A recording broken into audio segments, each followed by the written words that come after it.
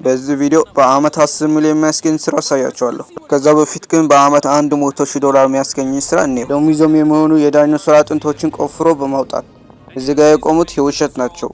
ሁሉንም ሞተዋል። የምር ግን እነዚህ የዳይኖሰር አጥንት ናቸው? አዎ። እዚህ ስሰራ 17 አመት አድርጌያለሁ። ምናልባት ግን እስካሁን ካየሁት ይሄኛው ትልቅ አጥንት ነው። ይሄ የታፋ አጥንት ነው አይደል? እዚህ ጋር እንደምታዩት 1.2 ሜትር ይረዝማል። አስቡት እስቲ ዳይኖሰር እንዴት ትልቅ እንደሆነ። ምናልባት 6 ሰው ተደራርቦ ሊሆን ይችላሉ። ምን እያደረግክ ነው? ምን እያደረገ እንደሆነ ራሱ አያውቅም። ዝም ብሎ እየሰራ ነው። ይሄ ስራ መጀመሪያ ካሰብነው አንጻር በጣም ከበድ ያለ ነው። ምክንያቱም ረጅም ጊዜ ነው የወሰደብን ያንን አፈር ከአጥንቱ ለማላቀቅ። ቀድሜ እንዳልኳችሁ ነው። እስካሁን ካየሁት ይሄንን በጣም ትልቁ ነው። ታዲያ ከስንት አንድ ጊዜ ያገኘው አጥንት እንዴት እኛ እንድነካ ፈቀድ? ምን ችግር አለው? ጆስ አሁን ይህንን ስንት ሊመዝን ይችላል? ምናልባት 1000 ኪሎግራም?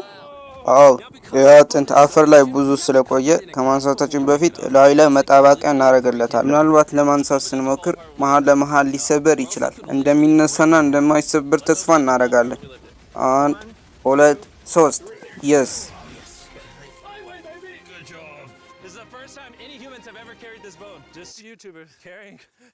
ጥሩ ስራ። ጠረጴዛ ላይ እናደርገዋለን። 1 2 አንሱት። ብታምኑም ባታምኑም እኛ ያመጣነው አጥንት ሙዚየም ላይ ተቀምጠዋል። አሁን ይህንን ስራ ጨርሰናል። ወደ ቀጣዩ እንሄዳለን።